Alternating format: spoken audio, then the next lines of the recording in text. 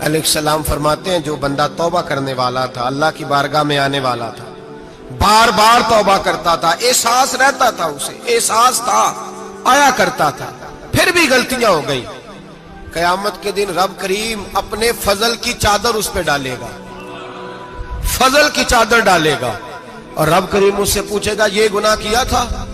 اور نبی پاک فرماتے ہیں اس نے بڑے بھی گناہ کیے، اللہ چھوٹے چھوٹے گناہوں کے بارے میں پوچھے گا، یہ غلطی کی تھی، یہ گناہ، بندہ ڈر رہا ہے، وہ کہہ رہا ہے پتہ نہیں سزا کیا ملے گی، کیونکہ دنیا میں بھی ڈرتا رہا، یہاں بھی ڈر رہا ہے، شرط یہ ہے کہ احساس والا ہو، آتا رہو، پھر بھی غلطیاں ہو گئیں، خیال کرتا تھا، محنت کرتا تھا، نیک ہونے کی جدوجہد کرتا تھا، کوتاہیاں رہ گئیں، یہ گناہ کیا تھا یا اللہ بھول گیا تھا، یہ گناہ کیا اللہ مجھ سے غلطی ہو گئی، یہاں بھی کیا تھا یا اللہ غلطی ہو گئی۔ نبی پاک صلی اللہ علیہ وسلم فرماتے ہیں چھوٹے چھوٹے گناہ اللہ دکھا رہا ہے اور اسے کہہ رہا ہے یہ کیا تھا، مانتا جا رہا ہے۔ رب کریم فرماتا ہے پتہ ہے میں تیرے ساتھ کیا کرنے والا ہوں؟ ٹانگیں کانپ گئیں، یا اللہ پتہ نہیں۔ فرمایا میں تجھے ان گناہوں کے بدلے نیکیاں دینے لگا ہوں، ان گناہوں کے بدلے نیکیاں۔ نبی پاک فرماتا ہے فٹافٹ ہی بول پڑا، کہنے لگا یا اللہ میں نے تو بڑے بڑے گناہ بھی کیے، اگر تو نے گناہوں کے بدلے نیکیاں دے دیا تو میرے تو بڑے بڑے پاپ بھی ہیں، وہ دوسرے کدھر ہیں؟ میرے حبیب کریم علیہ الصلوۃ والسلام فرماتے ہیں رب مسکرائے گا جو رب کی شان کے لائق ہے۔ اللہ فرمائے گا تیرے دل میں احساس تھا، تو آیا کرتا تھا، تو توبہ کرتا تھا، تو میری بارگاہ ناز میں آتا تھا، پتہ تیرے اوپر چادر کیوں ڈالی ہے؟ یا اللہ نہیں، فرمایا میں تجھے اپنی رحمت کی چادر میں چھپا کے جنت میں داخل کرنا چاہتا ہوں۔ میرے بھائی تو آ تو صحیح، تو پہنچ تو صحیح۔ میرے نبی کریم علیہ الصلوۃ والسلام نے ایک دن صحابہ سے پوچھا ایک بات تو بتاؤ، بخاری مسلم کی حدیث ہے، یا رسول اللہ پوچھئے۔ نبی پاک صلی اللہ علیہ وسلم نے فرمایا اگر کوئی آدمی صحرا میں سفر کر رہا ہو، بہت بڑا صحرا ہو، اونٹ پر اس کا سفر ہو اور اس نے اونٹ پر کھانے پینے کا سامان باندھا ہو، پیسے بھی رکھے ہو، پانی بھی رکھا ہو، تھک گیا سفر کرتا کرتا، درخت کی ایک ٹہنی کے ساتھ اونٹ کی نکیل باندھی اور درخت کے نیچے لیٹ گیا آرام کرنے کے لیے۔ اللہ کے حبیب فرماتے ہیں اچانک اس کی آنکھ لگ گئی، جب جاگا تو اس نے دیکھا کہ اونٹ تو غائب ہو گیا ہے، اب نہ کھانا ہے، نہ پانی ہے، نہ پیسے ہیں، اور صحرا بڑا لمبا ہے، پیدل سفر بھی نہیں کر سکتا۔ تھوڑا سا ڈھونڈا، پھر موت کا انتظار کرنے لگا، سوچنے لگا اب موت آئے گی، اب مر جاؤں گا۔ اللہ کے محبوب فرماتے ہیں تھوڑی دیر گزری، جب بالکل مایوس ہو گیا تھا تو اچانک نظر پڑی تو اونٹ اس کا سامنے کھڑا تھا۔ نبی پاک سے صحابہ سے پوچھتے ہیں بتاؤ، اس کی کل کائنات اجڑ گئی تھی، راز ضائع ہو گئی تھی، ہر شے لٹ گئی تھی، دوبارہ اسے مل گئی ہے، بتاؤ اسے کتنی خوشی ہوگی؟ صحابہ کہنے لگے یا رسول اللہ نئی زندگی مل گئی اس بندے کو، وہ ساری دنیا سے زیادہ راضی ہے۔ تو میرے کریم رسول صلی اللہ علیہ وسلم نے فرمایا رب کریم کا نافرمان بندہ جب اس کی بارگاہ میں آ کے توبہ کرتا ہے تو اللہ اس سے بھی زیادہ راضی ہو جاتا ہے۔ نافرمان جب آ کے کہتا ہے یا اللہ معاف کر دے، آئندہ نہیں کرتا، میں اللہ تو راضی ہو جاتا ہے۔ اور حبیب پاک علیہ السلام فرماتے ہیں وہ اتنا کریم ہے، جب بندہ اپنے رب سے صلح کر لیتا ہے، توبہ کر لیتا ہے، تو اللہ زمین کو کہتا تو بھول جا میرے بندے نے گناہ کیا ہی نہیں، آسمان سے کہتا تو بھول جا میرے بندے نے گناہ کیا ہی نہیں۔ پھر رب کریم فرشتوں سے فرماتا ہے کہ مٹا دو جو تم نے لکھا تھا، میں نے اپنے بندے کے ساتھ صلح کر لی ہے۔